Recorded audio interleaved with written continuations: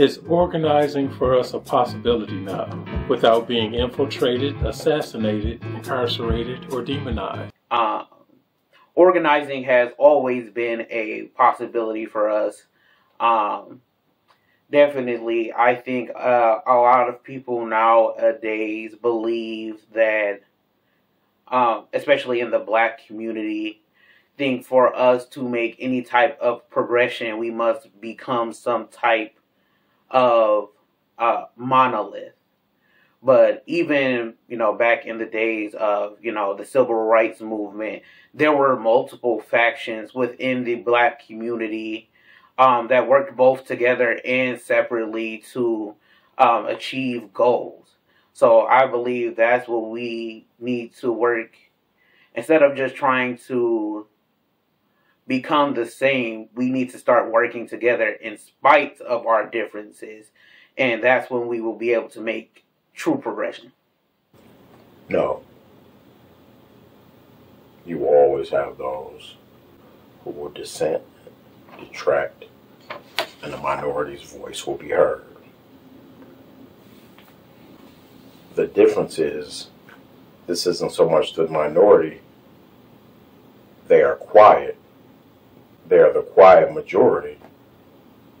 There's no group of people who won't look out for themselves and their best interests if they are aware to do so. It's fundamental in all humans to take care of self-preservation. You have to learn to do things that are not in your best interest, but that serve the group. We have to teach little children to share. So,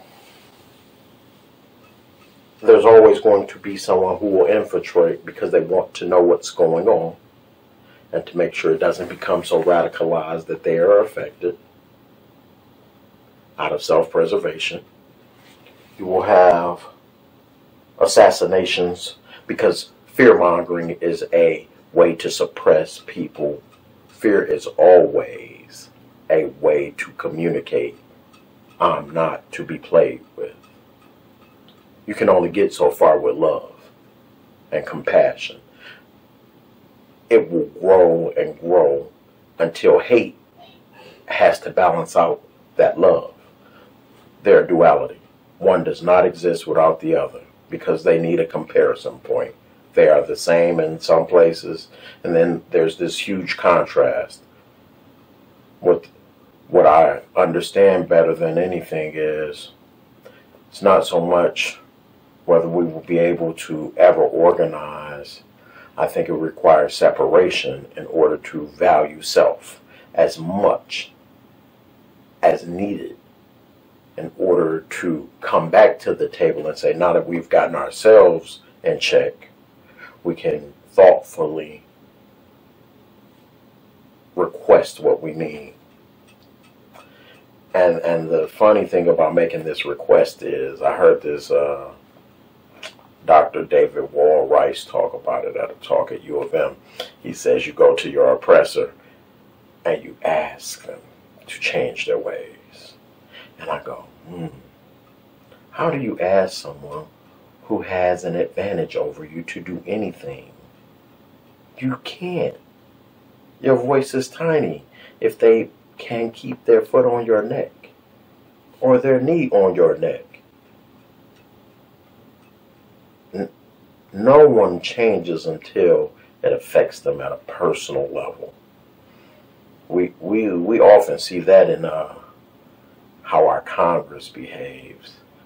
They don't champion issues until that issue lives inside of their four walls in whatever their home state is. Think about Strom Thurmond.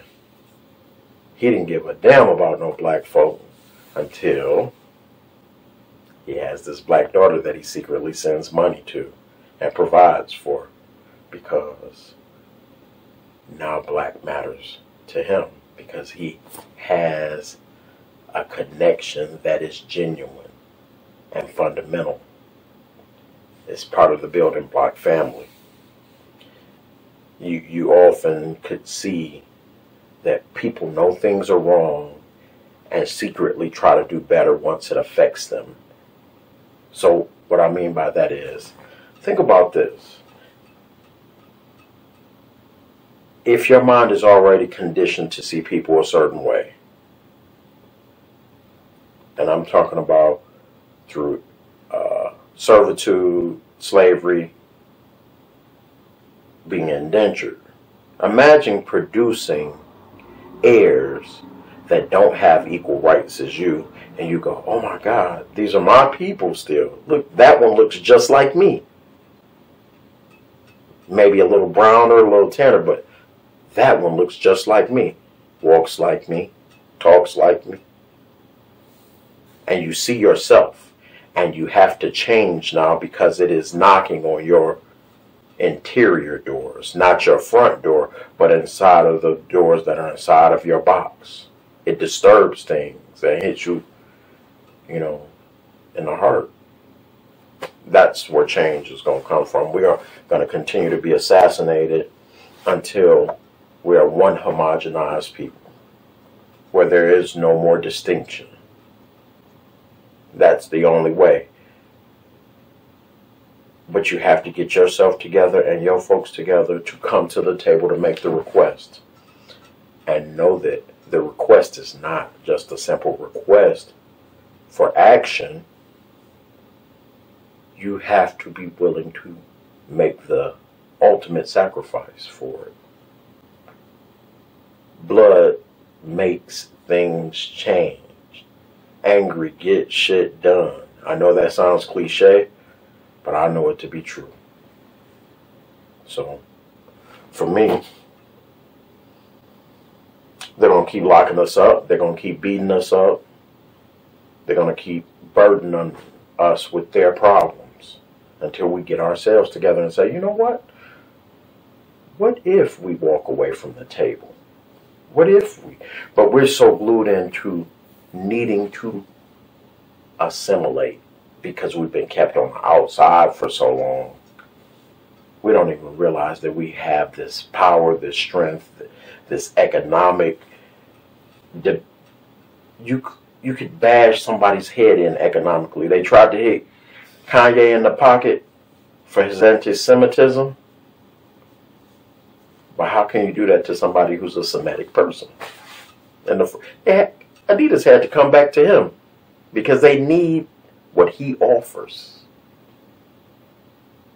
His celebrity has a value that they could not tap into somewhere else.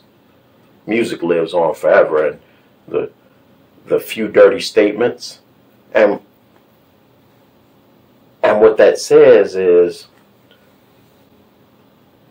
in an international world, until there's one world government, it is going to be hard to keep a check on anybody because the rules change from place to place. What is okay here may not be okay there. And that could be in our city. One side of town to another side of town. One neighborhood to another. And that's where I think it gets down to the fundamental pieces where you go, okay, can we work together and really listen to each other without using opportunities to be critical or bash somebody or vilify somebody or demonize them, and hear the real conversation? Trying to be PC gets in the way too.